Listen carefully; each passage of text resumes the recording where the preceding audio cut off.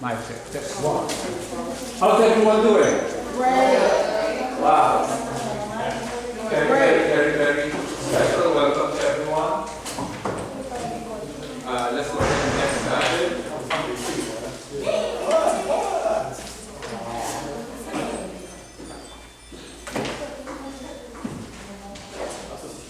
All right, let's go ahead. I'd like to say welcome to everyone. The Hummingbirds of South Florida Zone Club, which is a baby. Now it's an infancy stage in South Florida. We are presenting the fundamentals of flying boats for recreation. This is presented by the Police Athletic League of Hallandale Beach. So kudos to them. I think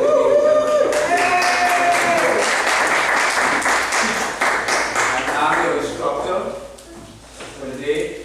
My name is George Goddard. I'm a certified drone pilot. And for those of you who don't know, that just means that I can fly commercially. Right? And I'm also happen to be a FAA Safety Team Lead Representative attached to the FAA South Florida District Office, which is just in West Miramar. And so I'm responsible for addressing any safety issues, promoting safety in aviation, not just for drone pilots, but for everyone who occupies the national airspace. Right? A little bit about my background. I originally started off, well, first of all, when I was a little kid like these kids here, I always had a love for aviation, and my first dream job was to be a pilot. And I lived in Trinidad and Tobago, and I would watch the planes take off and land in the airport all evening. Once I got home from school, I would just sit in the port and just watch them take off and land. And it became a passion of mine. As I entered into high school, I started studying sciences, physics, and all the sciences. And then I went on and I did 2 years of mechanical engineering.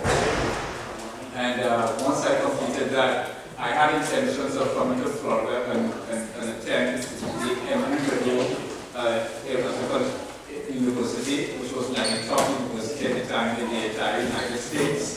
That didn't pan out where I wanted to. So what ended up happening, my life ended up taking a different direction, and I ended up being a musician. So I toured for about 10 years with a steam drum band that was based in Ypsilanti, Michigan. And we toured the United States and Canada mainly, and did some really nice performances. I used to perform for Rita Franklin, this major act with Third World, the reggae band, Bob Marley's Wailers band. We did multiple tours around the US and Canada. I did that for about 10 years. And then I went to Trinidad for vacation and met my wife. Well, she was my wife then, but she eventually became my wife, and then my life ended up taking a different turn. Because, of course, we had a young baby and a family, and I couldn't be in the road as much. So that's when I decided that I would relocate to Florida. And when I relocated to Florida, I decided that I wanted to pursue my music career as a solo artist. So I ended up enrolling at Florida Memorial University. I got a bachelor's degree in music. And my luck, Florida Memorial University also has an aviation department. So right there next to Oklahoma Airport. So it's like this aviation thing was following me all around, About 2 or 3 years ago, after I saw a friend of mine had that big DJI, the white big DJI drones, like about 10 years ago, I had a friend who moved to the city of Hollywood, and he had this big DJI drone. I never saw a drone before, I was like, wow, So about a couple of years ago, I decided I'll go onto Amazon and I'll buy this little cheap little drone that I found on Amazon. It's $30-something, and I'm so happy now. I go to the park next door and I didn't know how to control it. And it was a little cheap drone, didn't have the type of features anti-collision to get into. And the drone just took off and got stuck in a tree. And I'm there underneath the tree, I keep on, like in Trinidad, we try to store mangoes and stuff. I'm like trying to store the drone. The drone is probably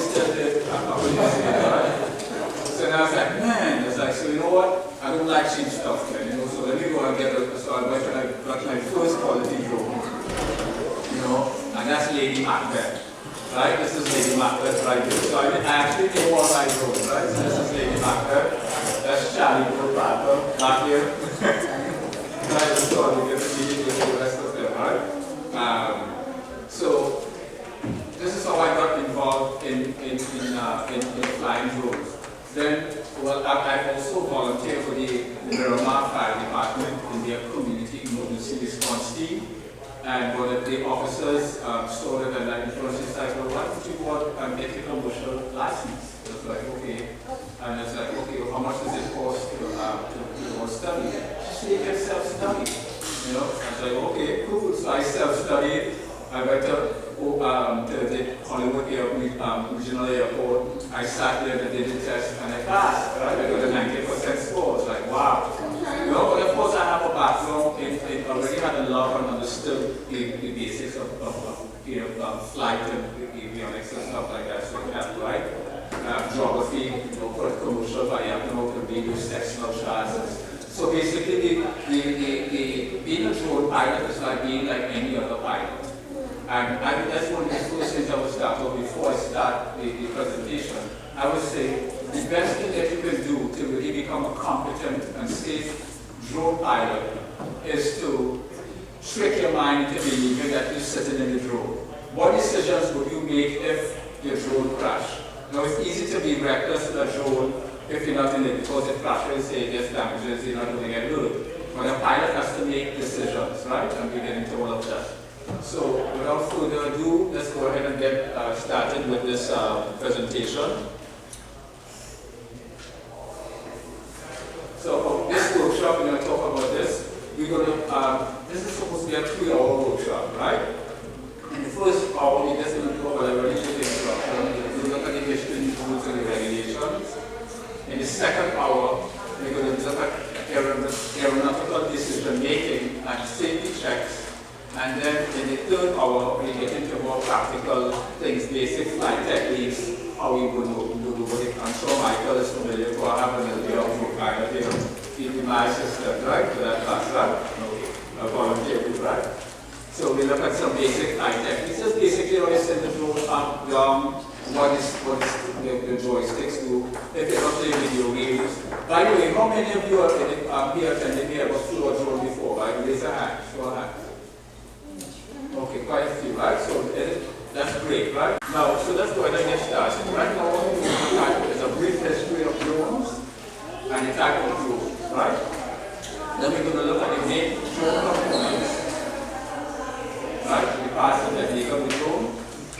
We're going to understand how quadcopters, which are the drones with 4 rollers or 4 propellers, how they fly and maneuver, what's the science behind that. We're going to look at the importance of what the FAA rules and regulations are for flying in North America, Air Space System, or NAS. And then we're going to look at the thrust test, and everyone has their cell phone, has a cell phone with them. I'm going to ask that everyone who intends to fly for recreation, in this first hour, we'll break and you'll go into your cell phone and you'll do the test. It should take about 15 minutes. And it's you cannot fail the test. Alright, so brief history of drones, right? Drones actually began the first what is called unmanned aircraft, right? And it actually began, the first one actually began with unmanned aircraft begins in the 19th century using kites and balloons. Right? During the Civil War, unmanned aircraft used to collect intelligence, right? Spy intelligence, right? And by 1925, the PV became the first production remote control unmanned aircraft. Drones actually got the name from the male honeybee, the drone, right? And the Kettering torpedo bomb laid the groundwork for future drones. So let's take a further look. What's that? What's that, right? Show this speed, right? Then this is a brief history. It's a demo. That's a practice, right? Now, the different types of drones, they have fixed wing drones, and they are like airplanes. Of course, they have longer flight times, and that's because the ones with rollers, they need power, right? constantly moving to provide a lift. Right? Whereas a fixed wing just can reserve that energy, right? It's need to, because of the fixed wing. Multi-rotor drones, right? So for these quadcopters, they have 2 or more rotors, and they can power and things like that, right? Whereas a fixed wing cannot power. That's the advantage. They have hybrid. They use both, best of both worlds. So they have battery operated, plus they have fuel supply for the power, and then they'll have fixed wing land rotors on that same one drone. So it can be a fixed wing that will power because of the rotor. Right? And then of course they have the first person drones that use these goggles. These are what they use in the Winter Olympics. As a matter of fact, I'm watching those downhill skiers, and you get to listen to them, okay, watching the Olympics, they hear the drone buzzing behind them and all that. Right? So that's how they're able to get a different kind of perspective. Right? Excuse me, you have a question, sir? Yes.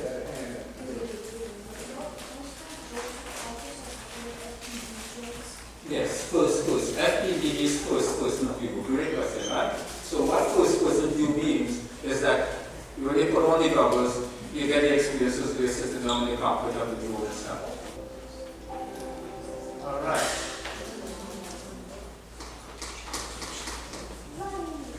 So that's that on the different type of drones. And by the way, VTOL, that just means vertical takeoff and land.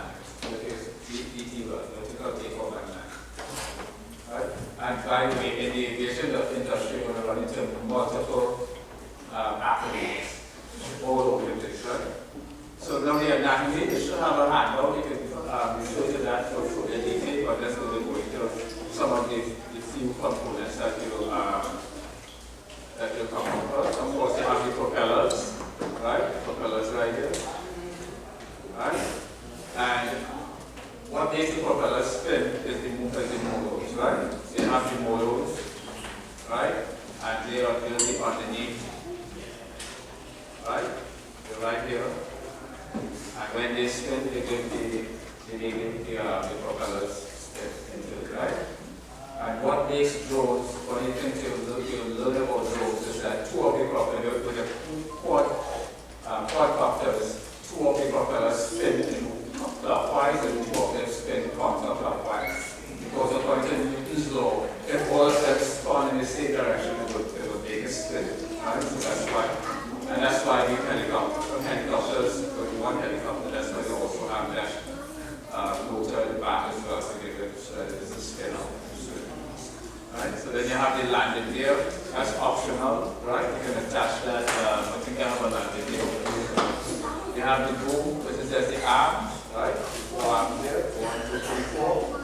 You have the fuselage, which is just the body that houses the internal parts, right? It's like our bodies house our internal parts, so all the electronics and stuff is up inside the body, right?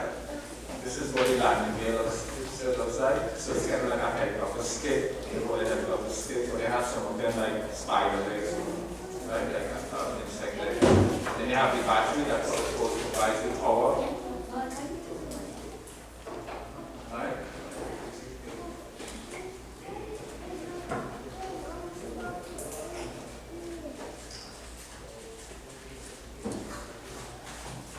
Alright, so let's go ahead and look at the rest. So you have the cameras, right? And then you will have 2 types of cameras, right? So you have the cameras that they're for providing, for taking photos, right? So you have the camera in front of here, right? But then you also have cameras that, so when you see a drone have little bulgy eyes like that, those are actually, so they have cameras in there. The purpose for that is for anti-collision avoidance. Alright, so I think say a drone with eyes, and if you notice this one has the eyes here, they have eyes all underneath. So they have multiple cameras on this one, but the majority of those cameras is for anti-collision. So this type quality drone, for the one micro thing close also has one of those as well. They will have anti-collision cameras. The advanced technology would have on the advanced technology, actually, this drone, for example, right, has LiDAR. laser. So this drone can avoid obstacles in low light conditions, right? Whereas the ones with the cameras need light.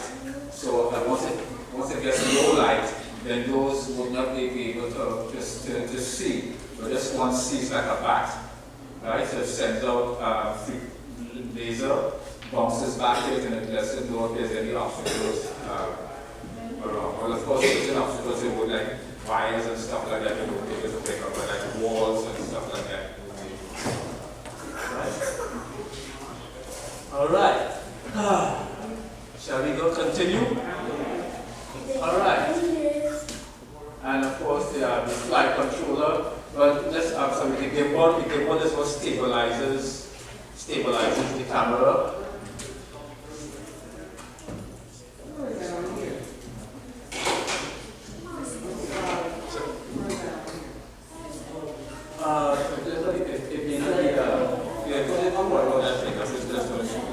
But this is the gimbal here, right? So what happens is that the drone moving around, the camera is going to still remain stable, right?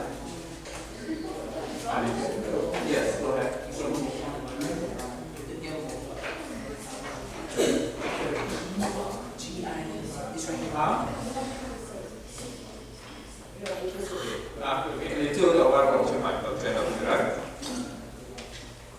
Alright, and so we have the dashboard gimbal, right? The ESC, which is the electronic speed controller, regulates the propellers, the speed of the propellers. And they will get into more that is what is responsible for what the drone does. When it takes off, when it goes forward, goes backward, it goes to the side, or it does that kind of movement. So what happens is that the ESC is going to tell two propellers to spin at a certain speed. So if two on the left side, for example, spinning faster than the ones on the left, they will go this way. If the two in the back are spinning faster, they will go that way. And so we get some more of that, but that's what the ESC is, the electronic speed controller, right? Then you have the flight controller. That's just a gray, that's internal. That's just like basically a little mini computer that's just taking information from everything, from the gimbal, from the pop, that you know what power it is, and this high advanced, really nice, like I said, little mini computers, it's the brain of the computer. All this stuff is just basic stuff, just so you can understand what it is, but just like you drive a car, you know everything about how to drive it, right? And then of course the GPS, just like most of our phones, smartphones now have GPS, that's how we can know where we're going. Our cars have GPS. GPS is just what they call in aviation, they call it situational awareness. Right? So the drone and the controller knows exactly where the drone is, how high it is, where it is located in the airspace by coordinates, GPS, latitude and longitude, basically. Right? Alright, let's move on. Alright, so this is the fun part now. Keep in mind, when I did this PowerPoint presentation, it was really geared for school age, right? STEM-based program. But I'm like a kid, and I think that anybody who, if you like flying drones, trust me, you're a hidden kid. You're a kid in the closet. I'm a kid. Once you like these type of things, RC things, race cars and drones and stuff like that, there's some type of kid inside of it, and there's nothing wrong with that. So I think you all should have a handout of this song. So we're going to listen to this song. I found this on YouTube, and I just fell in love with this song, and I hope you guys enjoy it too, right? So this will give you an idea of the different movements, right?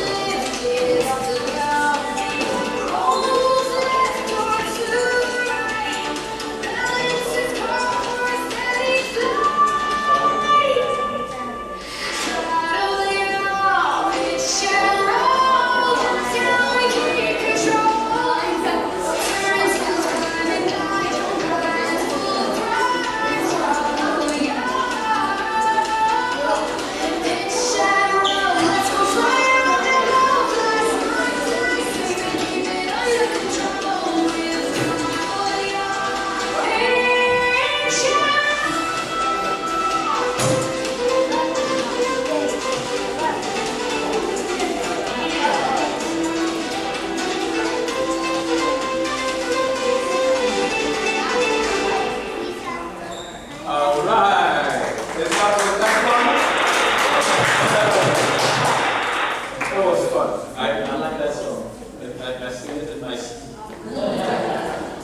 Alright, so we're just going to look a little bit more deeper in what we're talking about, right? So, I got this, we say deviation, where you want to deviate all this,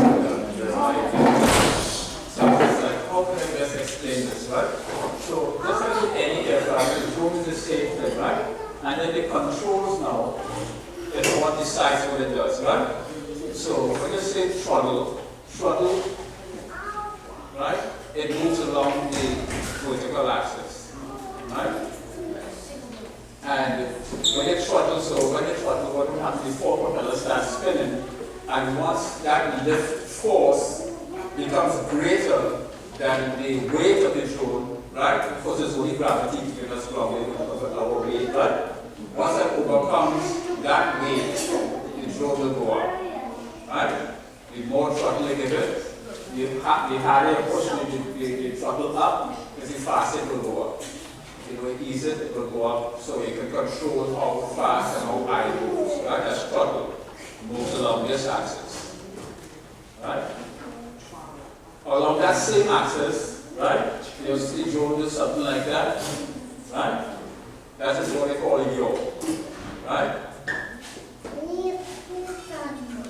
Right, so that's yaw. So this is yawing to the left or anti-clockwise, and this is yawing to the right, right? Clockwise, right? So that's yaw. Now pitch. Now, you know, I've always observed this, and I didn't recognize it, that's what really happens. But when the drone is moving forward, what happens is that the two propellers at the rear of the drone is spinning faster than the two propellers. The ESC, electronic speed controller, is controlling the speeds of the propellers. So it's control. So when it sends this to the computer, it says, okay, you want it to go forward. So what it will do, it will make these two propellers at the back spin faster than the front. And what that will cause it to do is pitch downwards. So anytime you see a drone moving forward, you always see it pitching downwards and going like this. Right? And when it's in reverse, it will pitch upwards, right? And it will come back like that. So that's along that same axis. So along this same axis, right, you have throttle, right? You ease up when the throttle is going to land, right? Give it more throttle, it's going to go up. You remove your hands from the joysticks, it's just going to stay there. Right? You push this to the right, the same joystick that just handles the throttle, the left joystick is going to turn to the right. You push this to the left, it's going to go anti-clockwise, counterclockwise. And if you keep it like that, it will keep spinning like that. Right? So that's on this axis. Now, with the right joystick, you have the pitch, the throttle, right? So, pitch on Susie, you have the pitch, right? So when it pitches down, like I said, the big propellers will start going forward like as you drove, right? The pitch, you pull back on the right joystick, it's going to come back like this, right? Now what the roll is on the longitudinal axis. Right, on this axis here, this is what the roll is. So like those fighter jets, when they go, what they call dog fights, they be like, shh, you know, making all kind of acrobatic stuff, right? But with the drone, what would happen, it actually kind of, when you push the right throttle to the right, the right joystick to the right, it's going to roll, but it's not going to roll up full 360, it's going to roll to a certain angle, and it's going to start going like this, so like a slide. And when you push the right joystick the other way, it's going to slide like that. Right? So then what will happen, you can have this, I'll probably show you guys if you can know how the weather looks outside. And I can do a demonstration over here with the small ones over there. You see what I'm talking about, right? And maybe Michael can help me out, right? Okay, so what we do is that you get muscle memory. But this is just the basic movements. It's three axis that act on aircraft, right? You have again this three axes, of this axis which will be with the throttle and the yaw. So yaw is just to stay in one place and turn it, right? Pitch is along the latitude axis, right? And it will pitch down and go forward like that, and then you have the longitudinal axis which will make it roll and it more like slide, right? So that's that. Any questions so far? So you're saying that when it does the roll, it doesn't do a full 360 roll? Not each roll. They have some drones that they have features in it, like acrobatic drones. I'm sure, I think that one on the right hand side here, I think it can do like this type of acrobatic flips and things like that. But I think it's actually, I don't think it's by using the joystick. I think you actually have to, it's a different setting, you have to set it up. But I've never, yeah. But just for the drones, they have to design it? Like these, unless they have designed for acrobatics, but these regular drones, they don't flip all the way over. They just tilt to the certain angle, roll them, and that's like sliding. Okay. So, and then what will happen though, when you get good at it, and you can use combination things so that you can start with like the wall of the subject, right? You have to use two controls, things like that, right? Alright, let's move on. Alright, so let's start here, and then before we break, we're just going to get through this in the next 10 minutes, and then so that we all can go on and take the trust, right? So, the thing is you have to figure out is what is the difference between a recreational pilot and a commercial drone pilot? What are the rules and regulations for recreational drone pilots, and where can we find them? And what is the recreational UAS safety test for trust? And do I need to have a certificate, right? So let's look at that.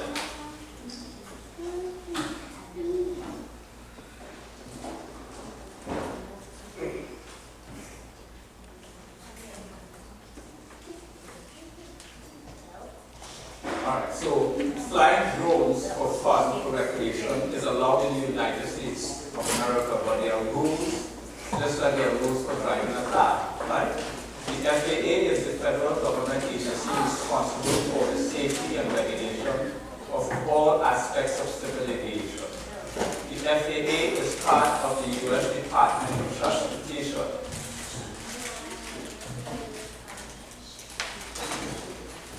I have a question to ask everyone, and write down your answers if you could, right? Right now, how many airplanes would you think in the United States national airspace right now, just like the continental US and over Alaska, just within the United States? How many planes do you think above us at this current time right now in the United States? 30,000. Anybody else?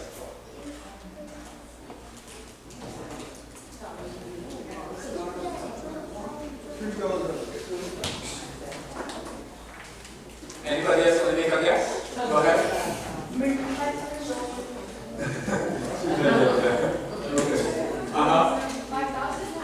Very good. Very good.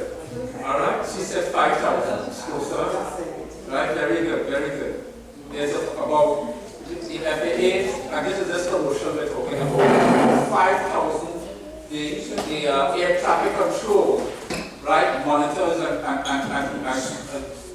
responsible for the takeoff and landing of about 5,000 aircraft in the North American airspace system at any given moment. Right? You're looking at almost 50,000 aircraft per day. 50,000 per day. Right? Taking off and landing. And do you know how many of you know that there's actually apps? Because back in the day, you know, like whenever a relative or someone coming in to Fort Lauderdale or something, you want to sit on your way to the waiting area. You don't need to do that stuff right now. You can actually go into an app, and the app will let you know where the plane is exactly safe, right? Yes? How would you know if flying is restricted airspace? However, How would you know if flying is restricted airspace? very good question. We'll come to that. Very good question. Hold that thought. Right? So apps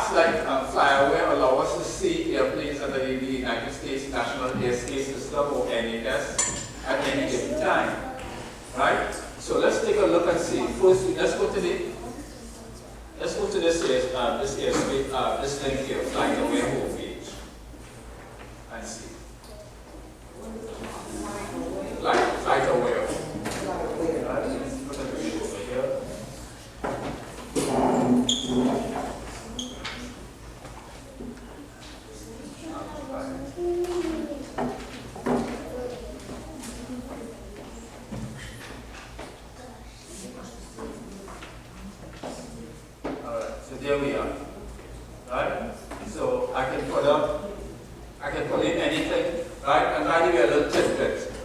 Every airport in the United States has a code, and that code starts always going to start like K. So once you see the word K before, so I'm going to put in KMIA, that will be Miami International Airport. If I put in KFLL, that will be Fort Lauderdale Airport. So let me see, let me put KMIA.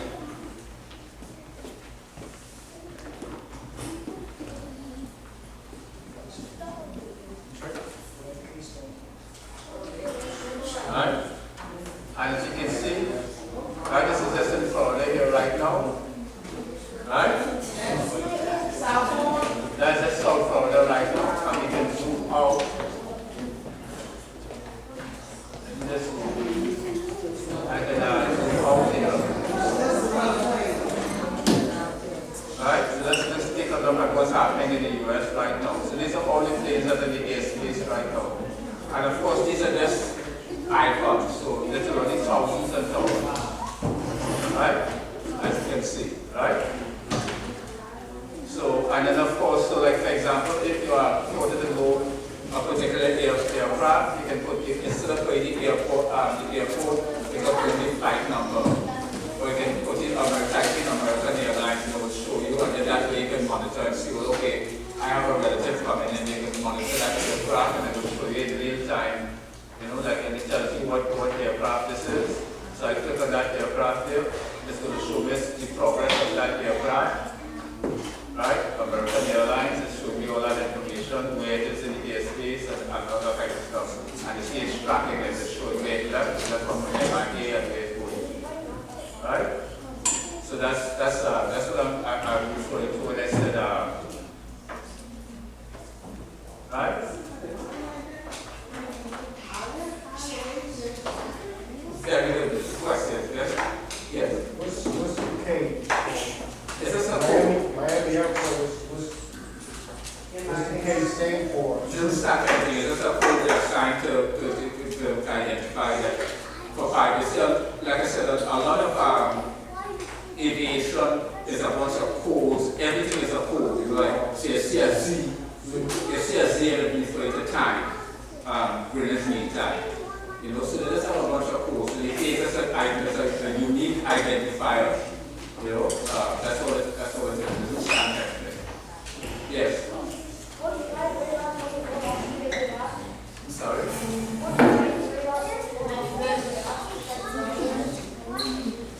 Go ahead. Yes, exactly. Yeah, they're multiple asphalt radar. Yeah, that's one kind of where, right? But anyway, I just want you to get that so you can see get an idea, right? But let's look at what the actual amounts. This is what the FAA says the actual amounts that are happening right now.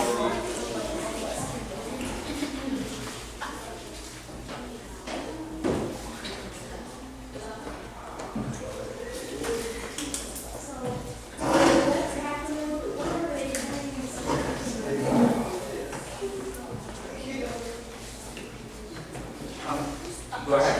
No, we're seeing planes crashing and those kinds of things. And so do they have to see somebody monitoring this as well? Absolutely. So they have radar. What happens is that the air traffic controls, they will handle. So when a plane leaves Miami Airport, for example, you have the air traffic control tower, and they're going to have radars. Or they go to tell, so they have different lanes and different things like that. So they will tell a plane that's taking off, okay, go ahead and take off on this runway and climb to X amount of 1,000 feet. Right? So they go when that plane climbs to, let's say, 10,000 feet, it still has to go up, it will be flying high, it might go to 8,000 feet. But there are other aircraft, so they monitor the height of the aircraft, you know, a plane might be coming this way at a certain thing and be able to see. So once it's coming out of air traffic control radar range in Miami, they will tell the pilot, okay, I'm handing you over now to Cincinnati radar. So another air traffic control will take over and begin monitoring that thing. You know, but as you can see, right, there are 16 million flights handled by the FAA right? Over 44,000 average daily flights, right? And 5,000, like I said, she was correct, about 5,000 per day in the national airspace, right?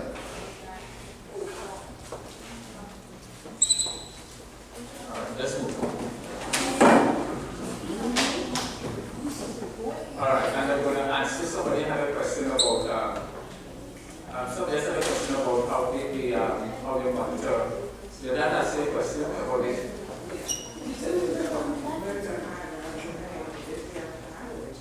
Yeah, there are flyways and some type of things like that as well. So there are certain particular parts that they would assign. And so once they go like it, like especially it's kind of like highways, right? Waypoints and stuff like that. Yeah. What's the importance of knowing how many airplanes and stuff in the sky that the drum is not going that high? Low, but the planes are coming this low. When they land, some people might be flying too close to the airport. They may not know that they understand. They may not know that a plane is in the vicinity, right? A plane, that's why therefore the rules are they're supposed to stay away a certain distance with a drone from a cloud. Because you may be flying a drone and all of a sudden a plane busts out from the cloud. So once the cloud is inside, so it is, I mean, it's just a part of, like I said, my approach, how, for me, I try to instill into people, I believe that my safety record flying drones is not by luck, but it's by the culture that I develop. So once I'm aware, it's like, it's like certain rules I wouldn't take because I know I understand how many traffic can go like Miami, if I'm going to Miami, I will be certain rush hour, how many go. So it's just about situational awareness. That's being aware of the surroundings in the airspace is very important for drones because they have, aircraft that can be coming in and landing and things like that. Yeah, I just want to say because some folks with drones, they want to get that ideal shot or video.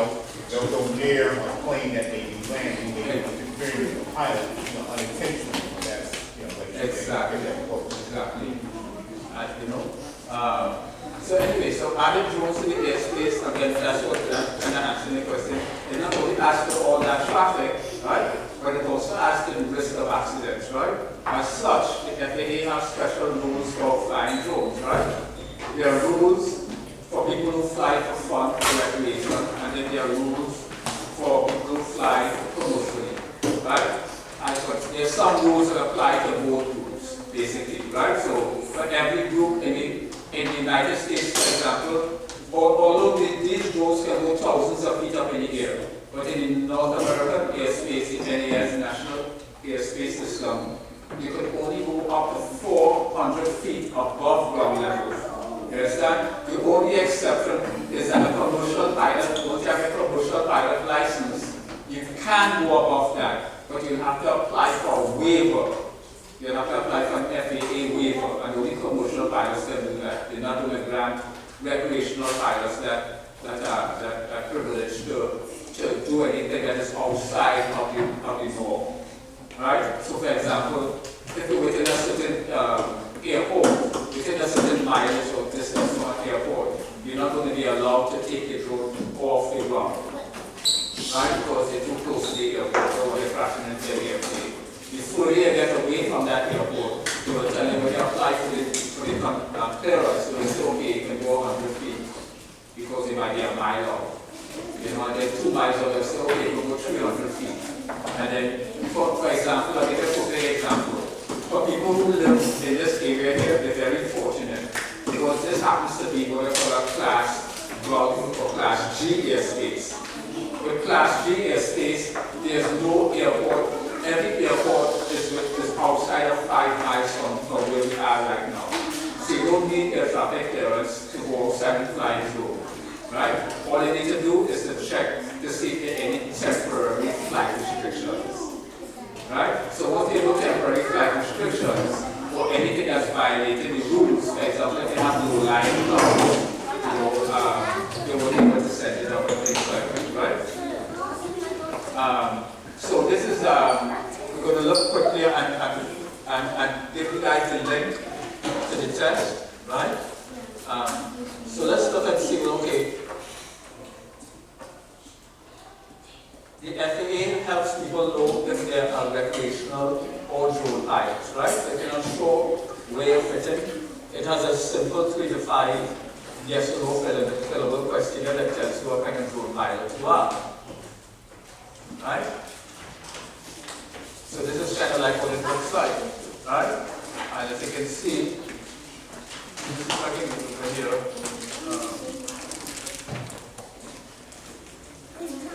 Right? So you just have to answer this question. So what's the first question? Am I government? Most of us will say no, right? So let's click no here. The next question is asking what? Are you what? Are you a citizen? Right? You click whatever you are.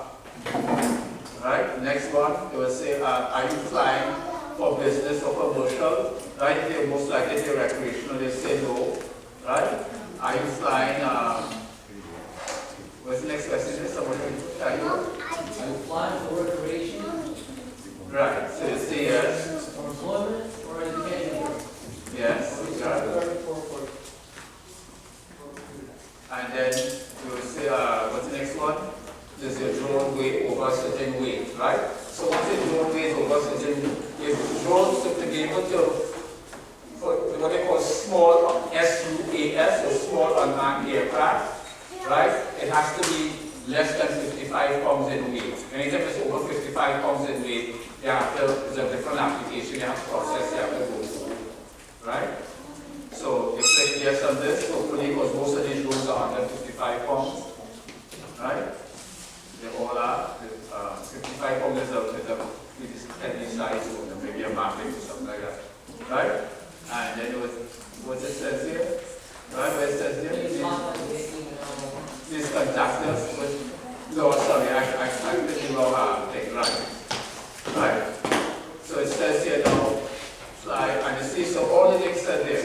So basically, all you have to do is just go to faa.gov, right? faa.gov, right? You should see a link on the right-hand side. It says drones. You click on drones, and it gives you all the information what you need to know about flying drones in the US. It tells you where you can fly, what apps you can get. All of that information is provided by the FAA. Right? FAA.gov.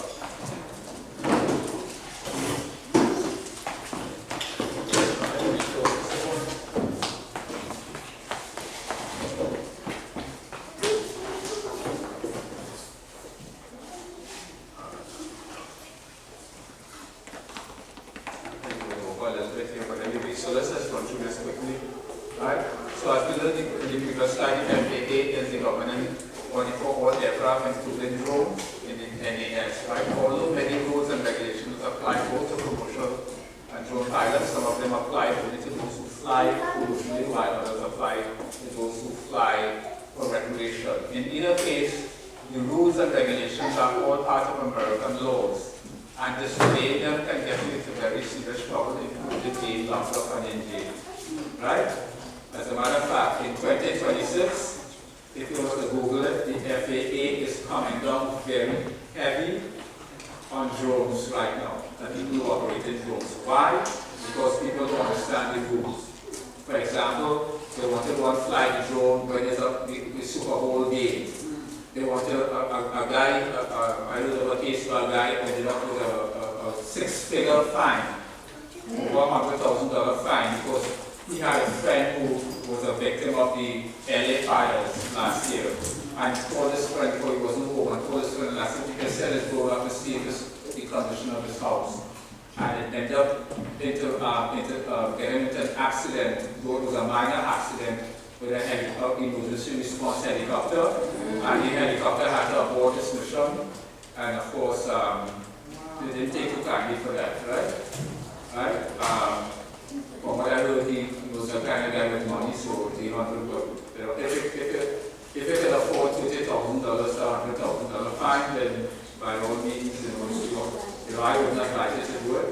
It doesn't make any sense being reckless, right? So laws can also lead to accidents, putting lives at risk, and can interrupt emergency responders from getting to the scenes of accidents and saving lives. It's your responsibility to know these road laws, and not knowing them is not an excuse, and it will not get you overcome. Right? So, and you'll be surprised, in commercial, you know what I mean? I think it's a couple of hundred drone pilots, commercial drone pilots, lost their license last year for violations, mainly flying over people at events. Because if it's flying over people, only certain drones are allowed to fly over people without a waiver. Right? And you can go on the website and they provide all of that information to you. So if you want to fly over people and things like that, you have the right type of drone, you have the right type of certificate and things like that, right? So at this point, you will be asking yourself, what are the rules? And this is the most important question to ask. The FAA provides this answer on its website. And again, all you have to do is just go past this, I will go to this page to get a look at it. Just go to the FAA website.org as a recreational flyers. Type in recreational flyers. That's not the actual link, that's just a thing, but you can just go faa.gov. Drone, and just go to FAA.gov and you see drone, and that's a special link there for drone, just specifically for drones. Right? So we have, so the recreational pilots are under the US code 44809. So if you want to know exactly what it be in the law and know for sure what you're doing as a recreational pilot, just Google USC 44809 and print it out and highlight it. That's the best way to do. So once you don't do violating that, you're not breaking the law. Right? It tells you everything what it is in law. Right? And if you're after your commercial drone pilot, this is part 107 is the law for that, right? For commercial drone pilots. Right? Another important thing that you have to be thinking, a lot of these drones in 2023 became law that all drones in the United States have to be what they call remote ID compliant. Right? Remote ID compliant, what it is, it's like a digital license plate. Right? That you can tell exactly where the drone is in the airspace, where the controller is, and where the home point is. So that means if I was standing here and with the controller, and I launch this drone here, right? I'm outside, I launch the drone. I send it up past the cemetery over there. They will know not only where the drone is, but if I walk away with the controller, they will know where I am with the controller, and they will know where I launched from. Right? All of that information is collected and can be used. Right? Great. So now we are to the sweet part here, so the trust. I want everybody to go ahead. Who intends to fly for recreation? Michael, did you ever do this trust? Did you ever take this trust? Took it? You took the trust?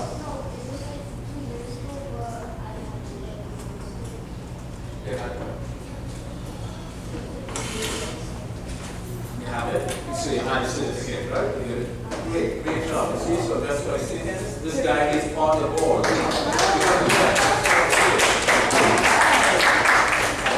So you see, that's what the FAA encourages and love. This is a young man. We probably should be looking at money for raising aviation, because he has the culture. He's developed the culture. He's not just over there flying recklessly. He follow the rules and get the certificate. Great job. Welcome back. All right. So now this is the fun part. Right?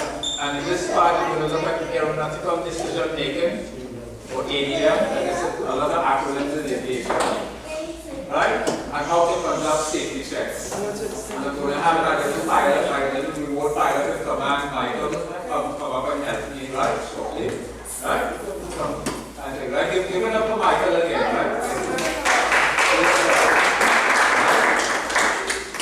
So, that being said, we're going to look at one of the acronyms in aviation. And by the way, this risk management handbook is actually something that all aviators, pilots, is a part of their studies, right? So like I say, once you develop a culture as a drone pilot, as being a regular man pilot, you're on the right path. You're gonna avoid yourself getting into trouble. You're gonna avoid getting yourself at the expense of the drone flying away, or it crashing, or damaging somebody's property, or injuring someone, right? And things like that, right? So the first acronym you're gonna look at is PAVE. The second one you're gonna look at is am safe, right? And then what we're gonna look at after, we are gonna then look at the 5 hazardous attitudes and what the antidotes or fixes for those attitudes, right? Who knows what is the #1 cause of aircraft accidents? What is the #1 cause of aircraft accidents? Pilot. Huh? Pilot. Exactly. The pilot. Human error. And it's most of the times when you find out, when you do the research, when the NTSB, National Safety Training Board, when they conduct their investigations, you usually find out that besides pilot error or some human error, because sometimes it could be a mechanic and things like that, or failures in the maintenance procedures.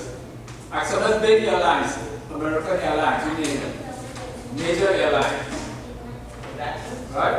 That accidents, the majority of them are because of human error. Pilot error in most cases too. And most of the time it's because of the 5 hazardous attitudes. So we're going to look at those. That is very important as a pilot, including a drone pilot. Then we're going to look at how we conduct pre-flight and post-flight checks. So we're heading now, we're getting ready to go outside and get ready to fly our drones, right?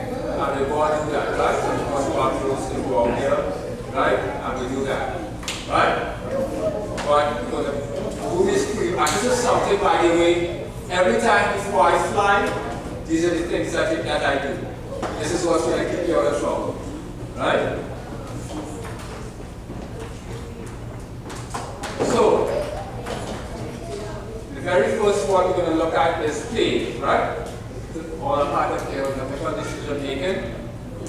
And with aeronautical decision making, that's why I'm very, this is a more dance joke here, by the way. That's supposed to be Hamlet in the background, right? William Shakespeare, right? So to be or not to be flying, that is the question, right?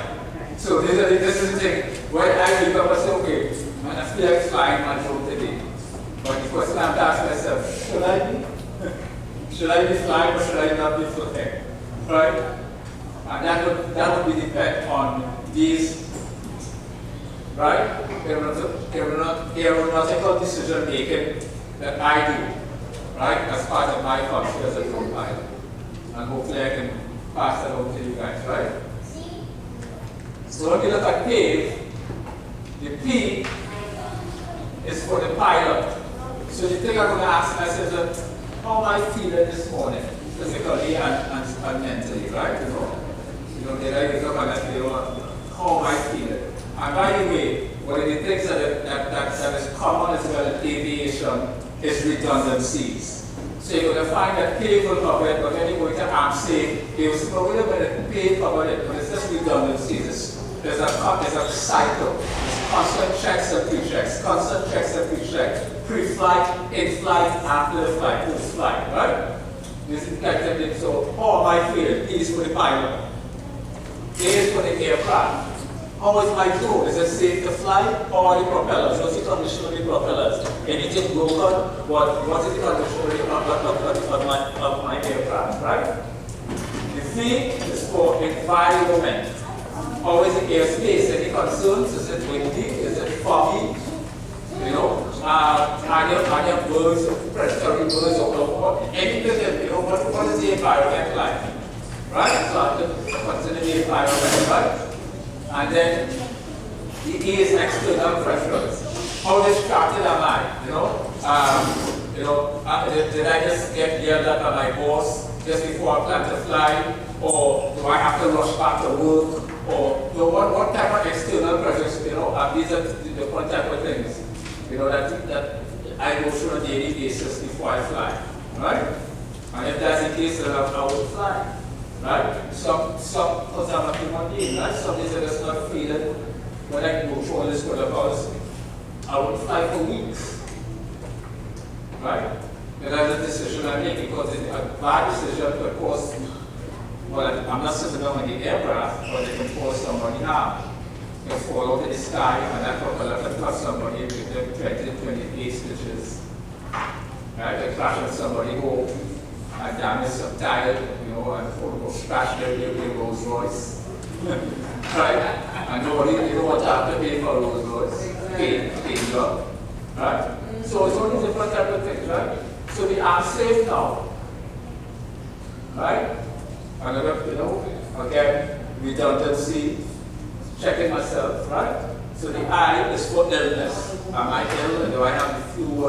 How I feel, right? Illness, right? Am I with any illness?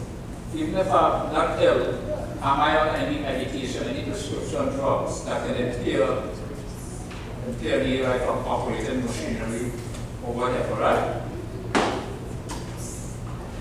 Am I under stress? Right? Am I stressing out? Right? So these are things that I have to ask myself. Things happen in life, if anybody have a perfect life, I want to come and move it with you. Right? But we all have day-to-day challenges and things that every day is the common story, right? So these are the type of things, right? Of course, this would apply to adults. Am I under alcohol? I'm going to say alcohol. I mean alcohol or recreational drugs. Me personally, I like flying so much that I just avoid it. I avoid alcohol and recreational drugs because I don't want to have everything because the rule is that you're supposed to have a percentage whatever percentage less alcohol in your system. And if you drink alcohol within 8 hours, you're not supposed to be flying. If you had one beer last night, you can't go and fly until 8 hours after. Right? Sometimes I just want to go and go, if I get a full moon or some kind of thing, I just want to go and capture some of that thing. And so I prefer not to drink.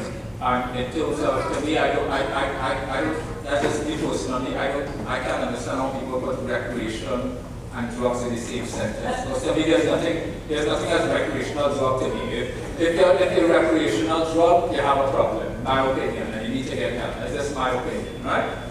And that goes to everything, right? And, and trust me, a lot of people look like where I come from, that's really different. Right? You do what you do. You understand? But that's just my choice. Right? Like I said, as a silver flyer, when I get high, I go and I fly. Right? So, right? That's just me. Right? The F is fatigue. Did I have enough hours sleep? Right? Did I get enough? Am I rested? So that my my reflexes are on point. Right? Things like that. And then my emotional state is in another reality, right? Or my goal, right? So all of these different things is what I do, right? The attitudes now, I'm going to look at this now. This is important. This is one of the causes, like I say, major amount of accidents happen because of the wrong attitude. The first attitude is anti-authority. We go into the next slide, we'll go deeper into it, right? The second attitude is impulsivity.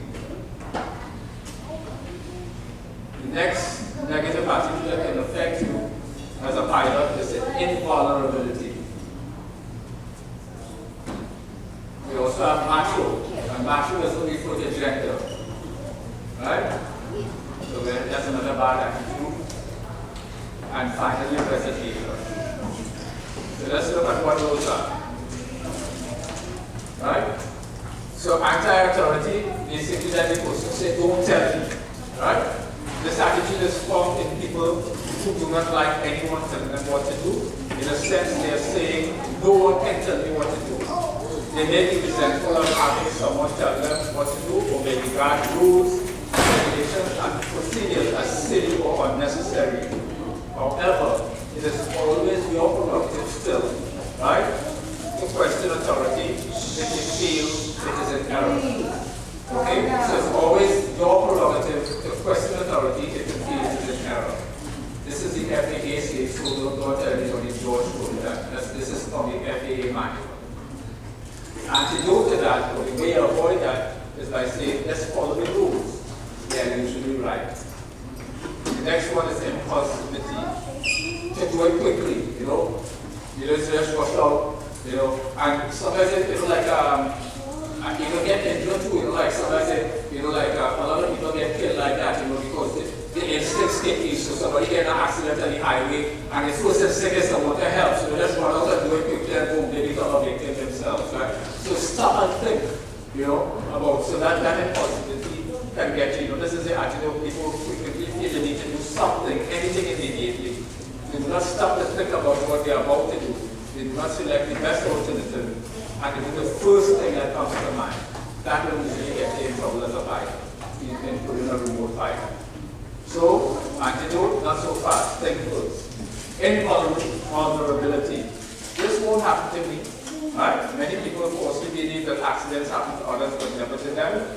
They know accidents can happen, and they know that anyone can be affected. However, they never really feel or believe that they will be personally involved. Pilots who think this way are more likely to take chances and increase risk. Antidote could happen to you.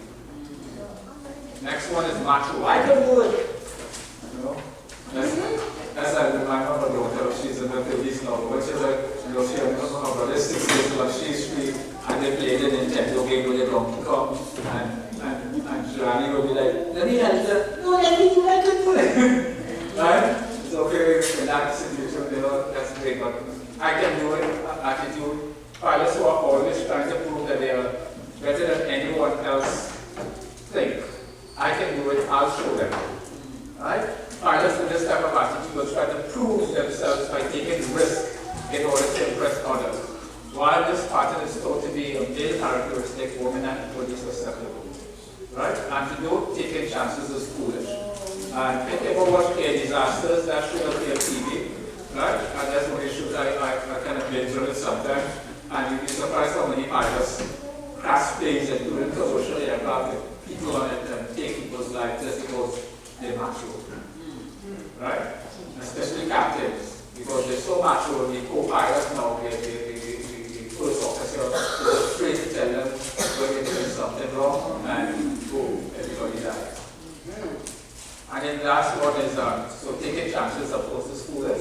Resignation, what's the use? Pilots will think, what's the use? They don't see themselves as being able to make a great deal of difference in what happens to them, you know? When things go well, the pilots have to think that it's just good luck. When things go badly, the pilots will feel that someone else is out to get them or actually it's a bad luck. Pilots will leave the action to others for better or worse. Sometimes as pilots will do all of what unreasonable requests just to be a nice guy. And the antidote for that is that I'm not helpless. I can make it. Right? So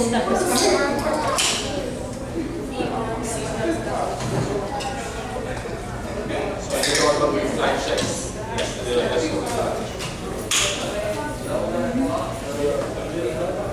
Okay.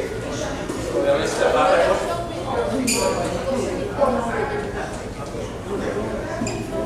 alright. So usually now,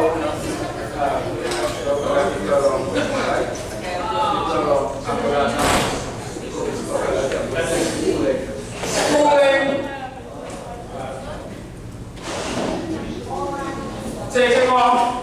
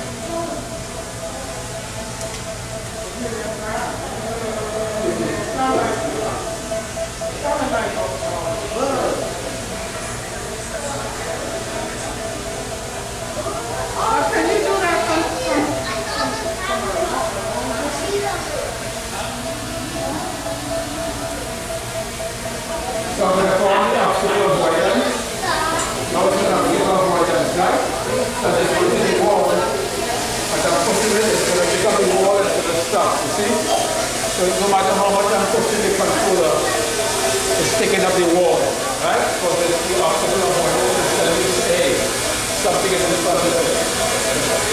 Yeah. Right? It's picking it up.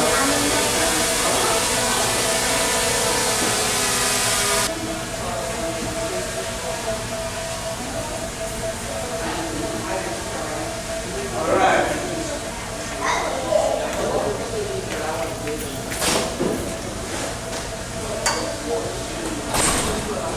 Alright, you see? So, again, throttle blow to the left. While I'm here, I'm just going to show you, alright? So the left controller, right? When I push it away from here, it's going to go up. The right now, the obstacle avoidance is preventing it. See, it goes up. Right? When I pull this, the left controller down, it's going to come down. Right? When I push the left controller to the left, it's going to yaw counterclockwise. That's the yaw. When I push in the opposite direction, it's going to yaw clockwise. Now, another thing, as I'm doing this now, this is a very good thing to remember while I have you all here. When the drone, right, when it's flying away from you, right, when it's flying away from you, the controls is going to, you're going to control it, right? Push it forward, it's going to go forward. Pull it back, it's going to go back, right? Push this to the left, it's going to slide left. Push it to the right, it's going to slide right. But then what happens now is that when you have to develop the muscle memory, that when it's coming back towards you, you have to know what you're doing, right? So here, now if I want to send it left, you see? Have to remember because they have a tendency when it comes back to you, so push it right when it's ready to go left. So when it's coming back to you, you have to know what you're doing, right?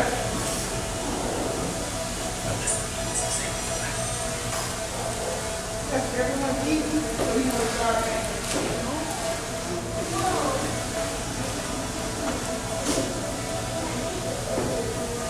Alright, let's land this. Anybody ready to continue quickly? Yes. So we can get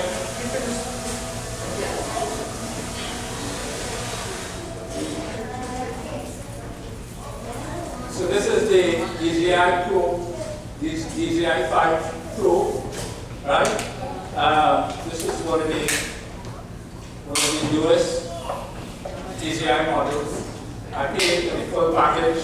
I paid about a little over $1,000 for the entire package, but I got extra batteries and bag and all kinds of different stuff with it, right? On Amazon, right? What I like with this one is that besides having the obstacle avoidance cameras, it also has the obstacle avoidance LiDAR laser.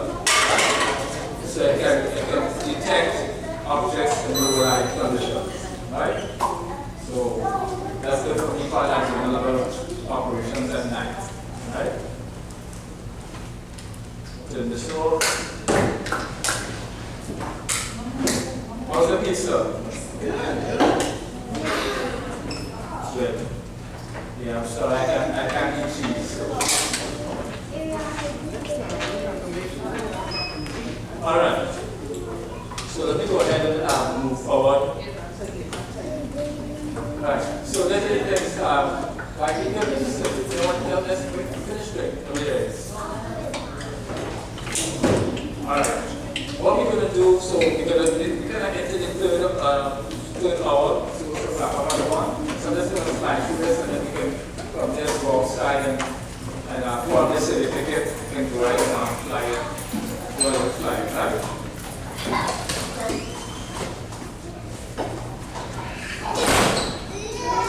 Also, let's check your power and your storage, right? Let's check the condition of your battery strength. There's all those type of things to check and see what battery life you have, things like that. You know, control the drone and the controller as well, right? Right? You want to check and make sure you have enough storage, you have your SD card inserted, because you don't want to send it to them, take it every for some video, photo, and oh, just it for that instant, which just happened to me, you know, and you lose that moment, right? So you have to do all the type of checks, right? Some of these are not just safety checks, but just again, free flight checks as a recreational pilot. You're flying for recreation, the main reason for you want to be able to capture some really nice area of the top of the right? And then the software, I want to make sure, which is what I did before and last night, and what I did, I ran through all of my drones and make sure that I had all of the latest software updated in them, right? So check and make sure you have all the latest software updated, right? And you have to take care of that, right? In terms of the environment, you want to look at the weather sources, and you know, you want to check for current weather conditions. You know, last time when I checked the weather, it's like, oh yeah, this morning will be fine, right? And then when I wake up this morning, I just like, oh, by the river, and be like, great, right? Because weather changes like that, right? You know, so this is why there are two types of things that that pilots go to, and these are aviation weather sources, right? So nothing. I still check the local weather source, but I go on to and check the meteorological reports. They're called METAR, METAR, and those are meteorological reports. All of these reports come from various airports. So Fort Lauderdale Airport will have a meteorological report. Miami Airport will have a meteorological report. Opa-locka Airport will have a meteorological report. Hollywood, right, and so forth, right? And then I'll also check what they call the TAFs, TAF. And what a TAF is an abbreviation for Terminal Aerodrome Forecast. Terminal Aerodrome, AERODROME, Aerodrome. AERODROME, Terminal Aerodrome Forecast. And the Terminal Aerodrome Forecast, you can just go, if you just go to aviationweather.gov, right? You give you all that information, right? Just go to aviationweather.gov, right? And the thing about it is, for those of you who want to become commercial pilots, by the way, all of that stuff is coded, right? All of that stuff is coded. So you have to be able to know the real codes, but then for those of you that they can also decode it. You have a button that is completely code, and it will give you the information in regular language. Right? Hazard and flight risk, right? So you also want to examine that as well, right? So you want to scan the airspace, you know, I'm going to go we'll scan the airspace if there's any potential hazards. It could be low-lying clouds, it could be other aircraft, it could be migrating your predatory birds. By the way, you know, birds, sometimes they will attack your drone. Right? Certain predatory birds will attack it. Right? You see them on somewhere in the cloud and they don't know what's that. No? Alright? Who knows what's the best maneuver? Who can think what might be the best maneuver to do with a drone? Go ahead. You can go flip, okay? Alright. But I think that will move too. But my drones, I can't just flip with my drones. But this one I think it could, but avatar too. Doesn't matter. I don't know that more like exciting house and stuff like that. This is more the young people, but this is still have to get used to the FPV controls, right? But for the regular drones that can't do all of that acrobatic stuff, the best thing to do with your drone is just to send it straight up. Yeah, send it straight, just send the birds pushed up and then it goes straight up, because what happens, birds are not accustomed to sit like a flip. Any kind of unusual movement, because remember they're predatory, so they go ahead.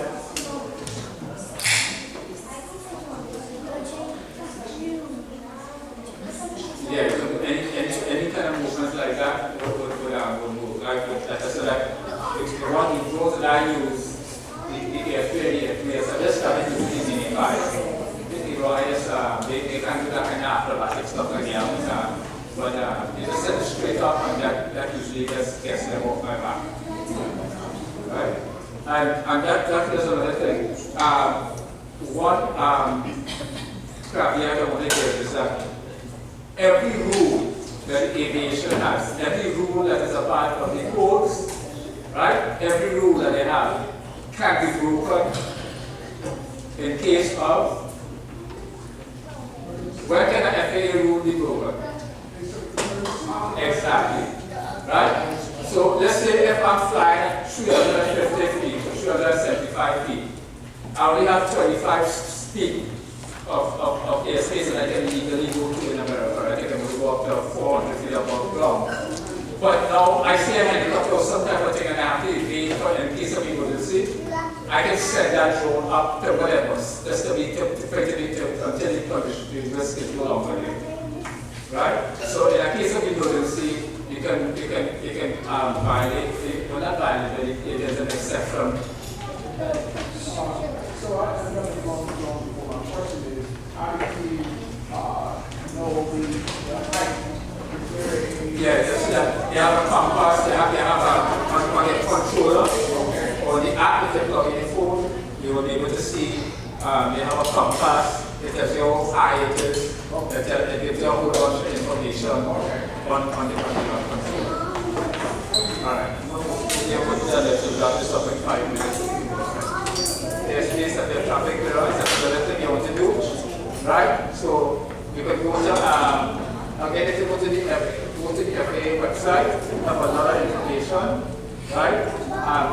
Or you can just type in LAANC, just Google LAANC, and that's a low altitude clearance, that's a low altitude and notification capability, right?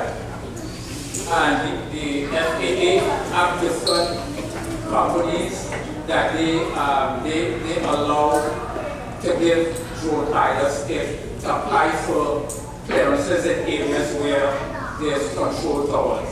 So you have basically two types of airspace that you'll be flying in. You have controlled airspace and uncontrolled airspace. Where we sit down here right now is uncontrolled airspace. Right? But where I live in Miramar, I'm within controlled airspace because I live close to Hollywood Airport. Basically, controlled airspace, so we know what is a controlled airspace. If you're driving by the airport and you see a control tower, it is controlled airspace. So let's take, when you take controlled airspace, take control tower. And if you're within 5 miles of that airport, most likely you're within controlled airspace.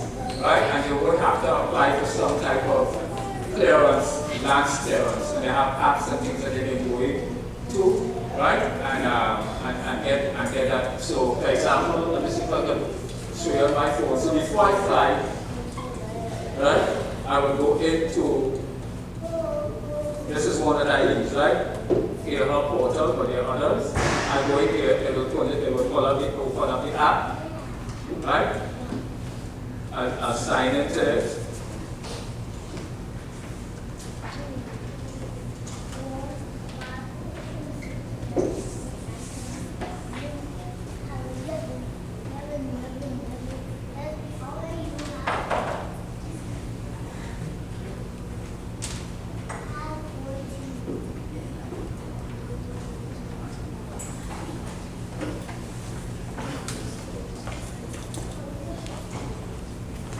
So sign into it.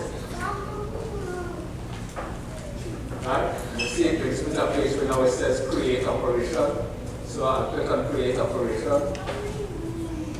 And it should bring up a map or some type of thing like that from this point.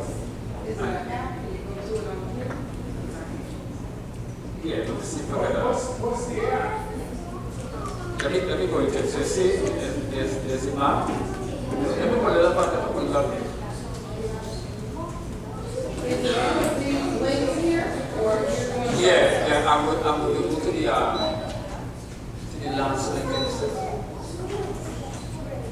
Is it the last link here where it says good year? Is that where you are? No. You want me to go like the vehicle? I just want to pull up my page.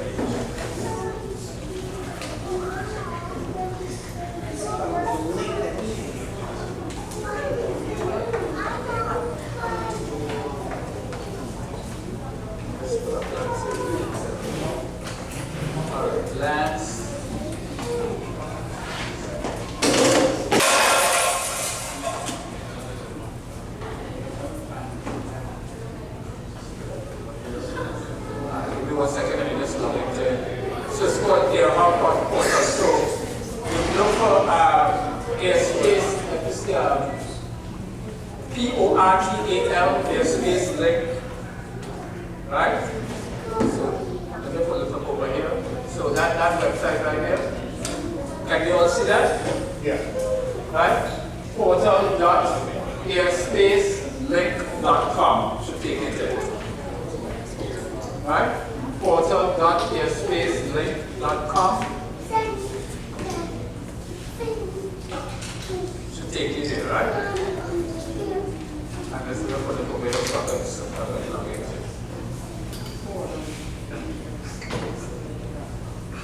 So you can log in or sign up if you never used it before.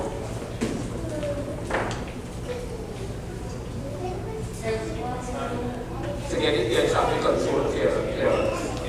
To get the land clearance, the low altitude clearance.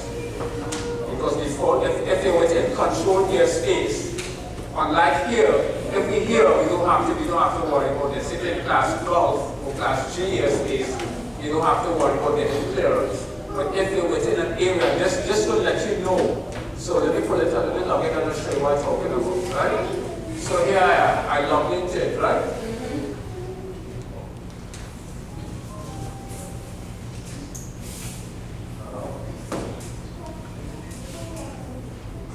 Alright, so now I'm going to go to, let's say discover, I can go discover, I can put in a code, right, see, Johnson Park, right, so this was what you see how it says clear to fly? Oh, Right, and the reason why it says clear to fly is because again, it is in class golf, right, in class G airspace, no air traffic control is needed. so when you prepared, guys, I just want you to know Mr. Goddard did the MLK parade for us. He provided us with a nice drone and also here at the park. And in his preparation and doing that, he told us that he didn't have to have any special requirements because of what you were saying about the G. So I just want you guys to know that he did provide us a beautiful video for our MLK that we just had this past January. So just want to let you, he did some great work there, and I didn't know what he was talking about, honestly. Yeah. But now I know. Now I know. So here we are, this is Obi Junction Park right here. Right? As you can see, look, you see those lines that we see here? This is the outer radius of Hollywood Airport. So if we were to come within here, you see like right here, say, I would have to apply for air traffic control clearance here, for land clearance. If we only had moved in here, across the I-95 on Pembroke Road, in this area here, I'd have to apply for air traffic control, and you see, I think it's going to say about 400 feet, so you can get 400 feet. The closer you get to Hollywood Airport, you see here, say 300 feet, so the most you can apply for is 300 feet. Right? But because we class golf airspace out here, they don't have to apply for air traffic control thing. So once you can put in any address, you want to know what can I fly outside my building? Just go to this website, type in the address, and it will pull up the map and show you exactly where in the airspace you are. Right? So there's, and then as you can see, in certain areas, as they get closer to the airport, the state says 0. Right? So you won't get any clearance. The only way you can fly close to the airport like that, you'll have to apply for a waiver, a special waiver from the FAA. And that can take sometimes they recommend if you're applying for a waiver, you apply up to 6 months in advance. Right? For a waiver. Right? And there's no guarantee you can get it. What about emergency? Emergency, unless you're law enforcement or something, so there's no emergency for control items. So it's just restricted off and on. Exactly. The only way you can get this is if you have a commercial license like I have and you apply for the waiver. Then they would allow you to stay. But then it's very strict. You have to tell them all your protocols, all the steps you need to make sure that they don't want any planes, won't take action into any planes and stuff, because just to get the plane separation, as they're taking off and landing, then they are certain points off the ground and then they go higher. But outside of 5 miles at that point, they'll be way above 400 feet.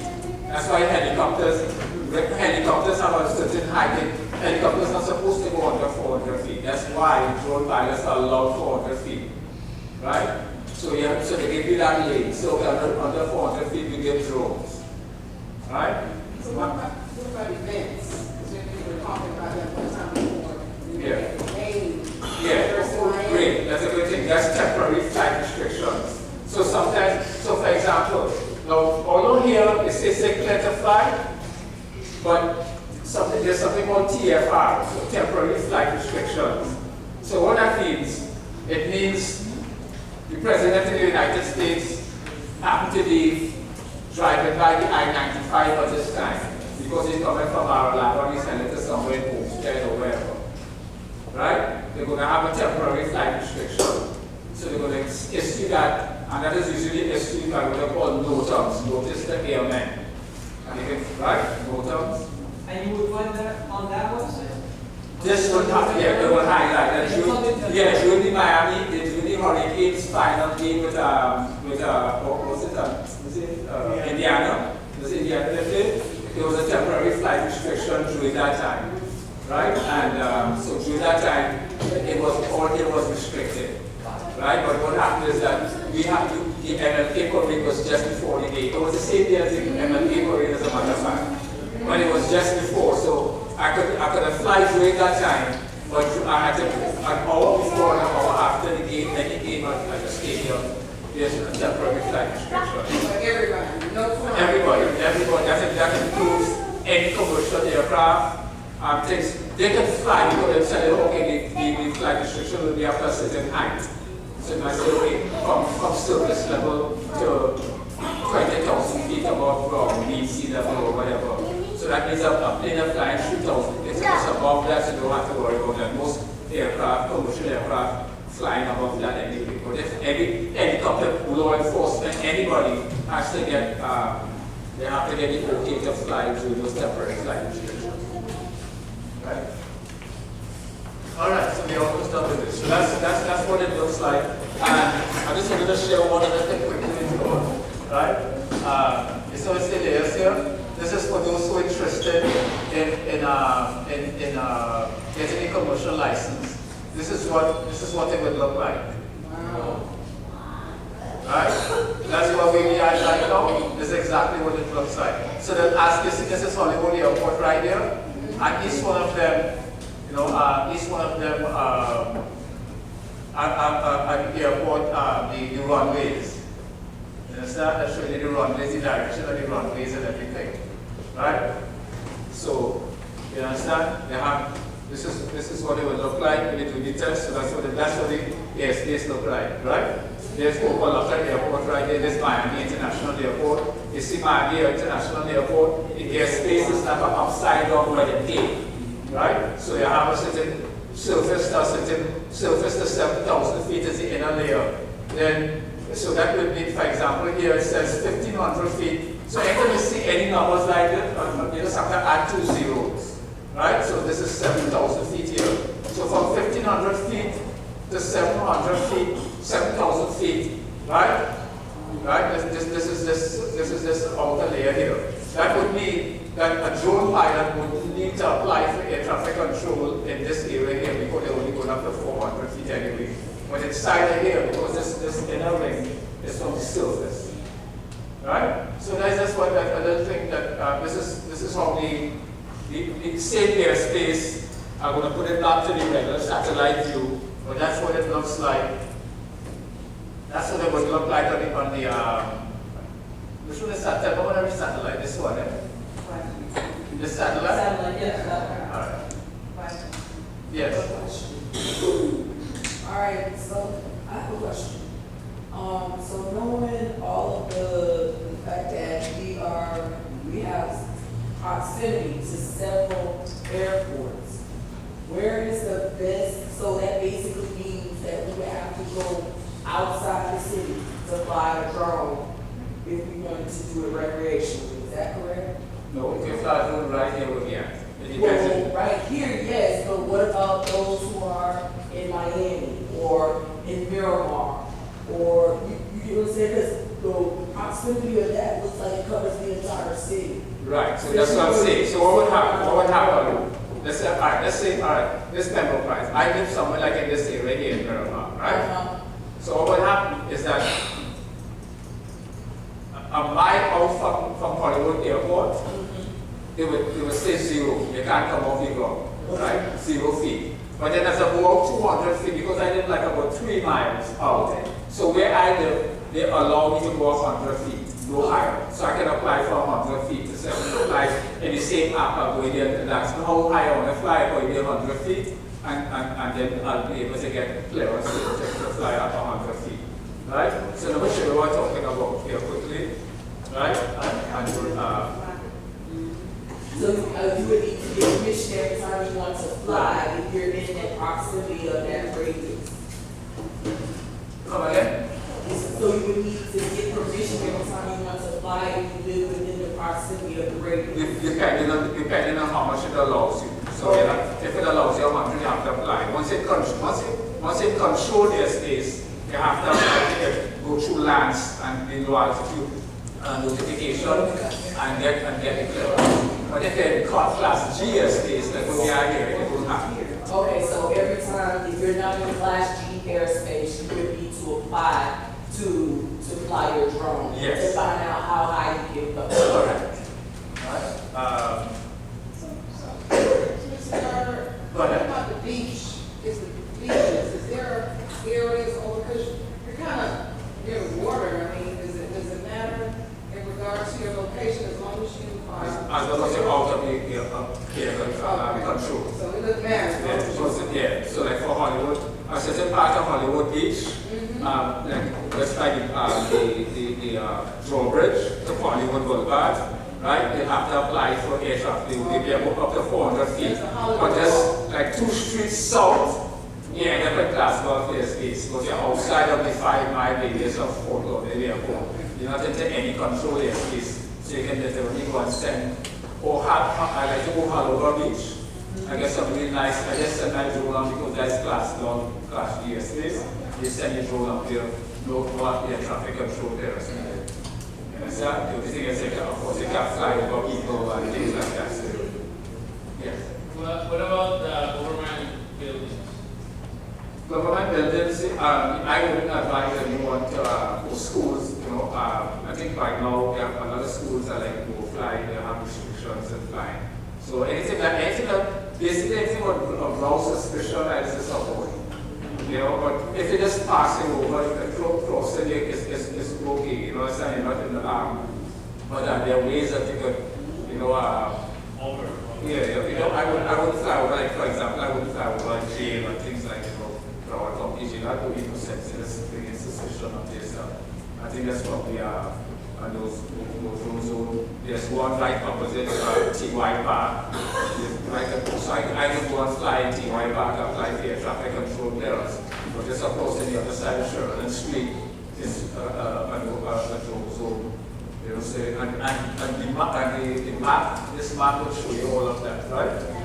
So I have planned a plan operation type, right? I'm going to move on here on this one, and we can look more like because I'll go out and just go out and fly a little bit, right? A little practical. All right, so let's go to the floor.